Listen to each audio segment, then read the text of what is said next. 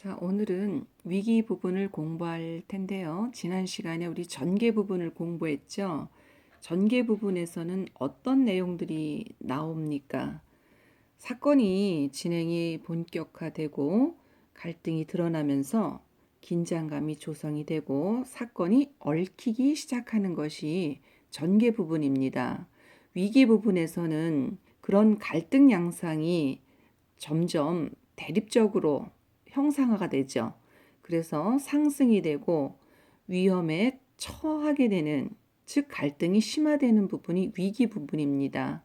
그래서 위기 부분의 내용을 살펴보면은 두 슈퍼가 경쟁 상황으로 그런 속에서도 또 싱싱 첨가물이 개업하게 되는 부분, 새로운 국면에 들어가게 되는 것이죠. 교과서 42쪽 6번째 줄부터 45쪽 23번째 줄까지가 위기 부분입니다. 자, 첫 번째 옛말풀이라는 게 있죠. 옛말풀이. 이 옛말풀이는 바로 전개 부분의 요 부분에 있는 내용을 말하는 거예요. 그래서 전개 부분의 끝부분에 누가 한 말입니까? 이것이 고흥댁의 말이 되겠습니다. 고흥댁의 말.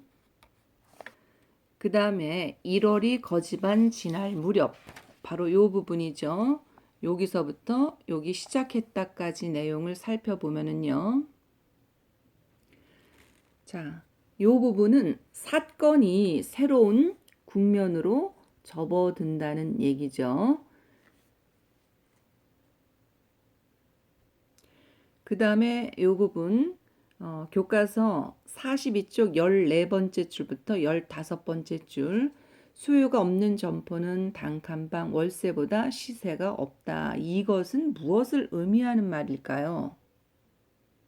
이 말들은 장사를 하지 않는 점포는 쓸모가 없기 때문에 장사를 해야지만 세도 좀 받고 수입이 생길 텐데 월세보다도 사실은 장사가 잘 되는 점포를 세를 주면 돈을 더 많이 받게 되죠.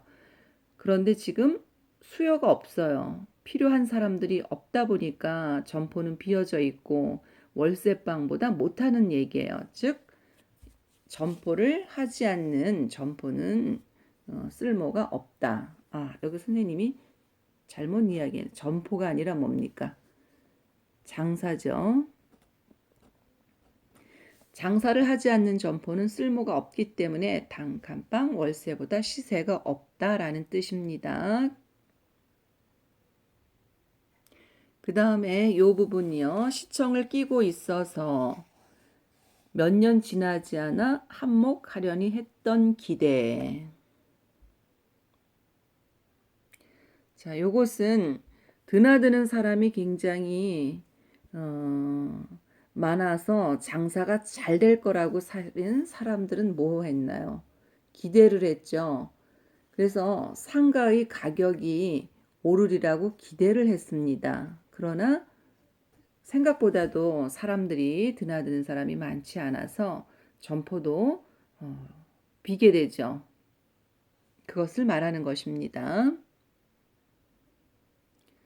그 다음 어느 세월에 상가가 조성될지 아득하기만 했다. 이 부분은 무엇을 의미하는가요?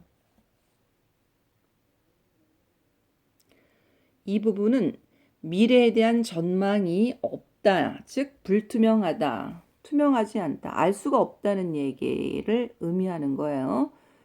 그러니까 상가가 조성이 돼야지만 벌어먹기가 쉬운데 그럴 기미가 거의 없다는 뜻이에요. 그래서 형식문단 요 부분은 바로 경기가 좋지 않아 비어있는 점포들에 관한 이야기입니다. 그 다음 형식문단을 살펴보겠습니다. 바로 20제줄부터 43쪽 두 번째 줄에 해당되는 이야기입니다. 첫 번째 42쪽 23번째 이야기입니다. 바로 이 부분이죠. 큰 길에서 내다보이는 이점. 이 부분은 무엇을 의미합니까? 바로 장사가 잘 될 수 있는 조건이라는 뜻이에요. 길가에서 내다 보이는 이 부분이 굉장히 장사가 잘 될 수 있는 조건이죠. 왜냐하면 서울 미용실은 그 몫이 좋다는 얘기예요. 그러나 여기 미천 잘라 먹기가 예사인 점포들도 있다. 미천 잘라 먹기 예사인 점포. 이거는 어떤 말을 의미할까요? 미천을 잘라 먹는다는 이야기. 즉, 처음 들인 돈도 건지기가 쉽지가 않다는 얘기죠. 장사를 하기 위해서 여러 가지 인테리어도 하고 뭐 여러 가지 꾸며냈을 텐데 그런 돈도 건지기지 못하는 그런 곳이다라는 것을 의미합니다.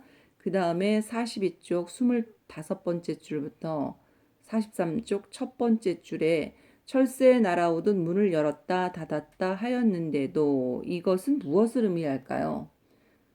철새, 철만 되면 오는 새들이죠. 봄철이면 봄철, 가을철이면 가을철. 그렇게 문을 열었다 닫았다 한다는 것은 한 사람이 쭉 계절이 바뀌어도 주인이 바뀌지 않는다 이런 말이 아니겠죠. 결국은 점포의 주인들이 수시로 바뀌는 상황을 이야기합니다. 그래서 43쪽 첫 번째 줄부터 두 번째 줄에 싱싱청가물이라는 구절이 나왔죠. 그 중에 한 가게에서 별안간 싱싱청가물이라는 간판을 내건 것이다. 자, 바로 이 싱싱청가물이라는 것은 무엇을 의미하냐면 새로운 뭐가 될까요? 새로운 뭘까요? 그렇죠. 갈등을 일으키는 존재가 되겠습니다. 그 다음 형식 문단을 살펴보시면 싱싱청가물의 위치를 굉장히 자세히 나타내는 부분들이 나오죠. 44쪽 두 번째 줄까지입니다. 바로 어떤 구절이 있냐면요. 세 번째 줄에 새로 생긴 싱싱청가물의 위치를 설명하자면 이렇다. 이거는 이 글의 서술자는 누구예요? 이 글의 등장인물이 아니죠. 바로 전지적 작가 시점이니까 작가가 서술자죠. 이 서술자가 직접 독자들에게 설명을 한 거죠. 그 위치를 독자들에게 자세히 설명을 했어요. 그러니까 서술자의 직접 개입이 되겠죠. 그러면서 상황을 요약적으로 설명하는 부분이에요. 그래서 전지적 작가 시점, 작가가 다 알아서 바로 독자들에게 전달을 해주게 됩니다. 관찰자의 입장에서 쓴 것이 아니겠죠. 그러면 43쪽 여덟 번째 줄에 이런 얘기가 나오죠. 행복사진관 엄씨가 꽤 지난 연애를 했던 이 부분은 어느 부분하고 관계가 있습니까? 바로 이 부분이죠. 이 부분 이야기가 왜 나왔을까요? 이 마을 사람들이 행복사진관과 바로 여기 나와 있는 인삼 찻집 여자하고의 있었던 이야기를 하는데 사실은 인삼 찻집이 들어선 다음에 이 인삼 찻집이 가게를 접고 그 가게 화장품 할인 코너가 들어왔죠. 화장품 할인 코너 이야기할 때마다 바로 이 행복사진관 엄씨의 지난 연애 이야기들이 나오게 됩니다. 바로 앞에 나온 8편이죠. 찻집 여자. 바로 연작소설의 8번째 작품인 찻집 여자. 일용할 양식은 몇 번째라 그랬어요? 9번째라 그랬죠. 그 다음에 43쪽 12번째 줄에 가게를 비워둔 채라는 구절이 있어요. 가게를 비워뒀다는 것은 바로 장사가 잘 되지 않는 그런 동네라는 이야기예요. 그러다 보니까 집들이 결국은 창고 구실만 하고 있게 되죠. 창고 구실만 한다는 것은 창고라는 게 뭐야? 물건을 파는 것이 아니라 물건을 쟁여두는 곳이죠. 잘 팔리지 않는다는 것을 의미합니다. 그 다음에 16번째 줄에서부터 17번째 줄에 간의 수공업 형태의 바지 공장, 수공업이니까 손으로 하는 것이죠. 간해니까 집에서 하는 거예요. 결국 많은 제품을 만들어내기가 어려운 바로 소규모 형태의 공장을 이야기합니다.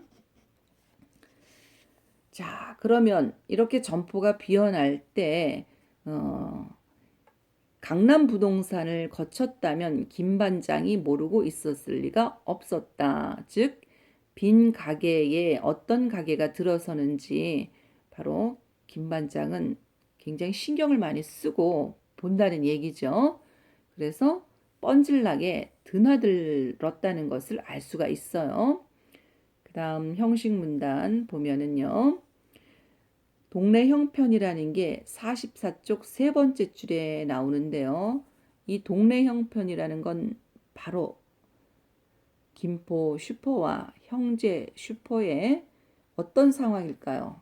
바로 경쟁 상황. 이 상황을 모르고 싱싱첨가물이 들어왔겠죠. 그죠? 자, 그 다음에 여기 일절이라는 말, 이거는 사실은 잘못된 표현이에요. 자, 여기 보세요. 한자가 똑같죠. 그런데 똑같은 한자를 갖다가 일체라고도 읽기도 하고 일절이라고도 읽기도 해요. 그런데 일체라고 한다면 전부, 온통이라는 뜻의 긍정적인 표현일 때 쓰는 말이에요. 일절이라는 것은 아주, 결코, 전혀, 절대로라는 부정어. 그러니까 사실은 여기 일절이라는 말은 무엇이라고 와야 됩니까? 일체, 일체라고 읽어야 됩니다. 그래서 여러분들은 일절, 이거 잘못된 표현이고 일체가 맞는 표현입니다. 그 다음에 44쪽 여섯 번째 줄에 파, 콩나물, 두부, 상추, 양파 따위. 자, 요거는 지금 김포 형제 슈퍼, 즉 김포 슈퍼와 형제 슈퍼와 파는 물건이 겹치게 되죠. 이런 것들은 결국은 새로운 갈등이 발생이 되죠.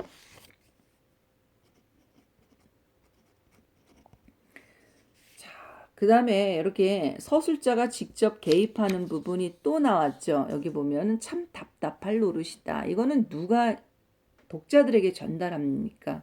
바로 서술자인 작가가 직접 개입을 해서 독자에게 전달하죠. 즉, 동네 사람들의 심리를 작가가 직접 개입해서 대변한 부분입니다. 자, 이 싱싱 슈퍼가 부식 일절, 사실은 일체라고 해야 되죠. 쪽지를 매달아 놓았어요. 그러니까 요 사건은 결국은 김포 슈퍼와 형제 슈퍼가 휴전을 이라는 건 뭐냐? 동맹을 맺게 되죠. 동맹을 맺은 목적은 무엇입니까? 바로 싱싱 첨가물을 어떻게 하면 방해하고 내쫓으려는 그런 심리가 깔려 있겠죠. 그래서 이 부분 무사할 리가 없었다. 즉 어떤 제재가 있을 것임을 암시해 주는 말이죠. 그러다 보니까 경운에도 결국은 미천 잘라먹기식의 그런 것 때문에 굉장히 머리가 아파 있었던 것이죠. 바로 교과서 45쪽의 첫 번째 줄에 있는 이 부분의 이야기입니다. 김포의 경운에나 형제의 김반장이나 미천 잘라먹기식의 장사를 한 탓에 서로들 적잖이 지쳐 있을 때였다. 즉, 두 가게는 굉장히 힘들었겠죠. 서로가 손해보면서 장사를 했기 때문에. 그래서 결국은 동맹을 맺게 되죠. 싱싱첨가물이 생김으로써 동맹을 맺게 되는 원인 중에 하나, 바로 너무나 지쳐 있었기 때문이었죠. 경우 엄마의 얼굴에 시름이 덕지덕지 끼어 있다. 즉 경쟁의 결과 생활 형편이 매우 어려워졌음을 암시해 주는 부분이죠. 자, 그 다음에 애먹이는구만. 45쪽 16번째 줄에 이거는 누가 이야기하는 거야? 김 반장이 이야기하는 것이지. 그럼 애먹이는 말의 주체는 누구입니까? 누가 애를 먹입니까? 바로 김포 슈퍼와 싱싱 첨가물이 되겠죠. 김 반장의 눈빛이 곱지 못하듯 좋지 못하였다. 교과서 이 부분이죠. 이 부분. 즉 싱싱첨가물에 대한 감정이 김 반장이 굉장히 좋지 않다는 것을 의미합니다. 그래서 두 슈퍼의 경쟁 상황 속에서 새로 개업한 싱싱첨가물로 새로운 위기 상황을 맞게 되는 내용 부분을 오늘 공부하였습니다. 오늘 영상 강의는 여기까지입니다. 생각 나누기와 생각 모으기를 통해서 토의를 해보도록 하겠습니다. 이상입니다.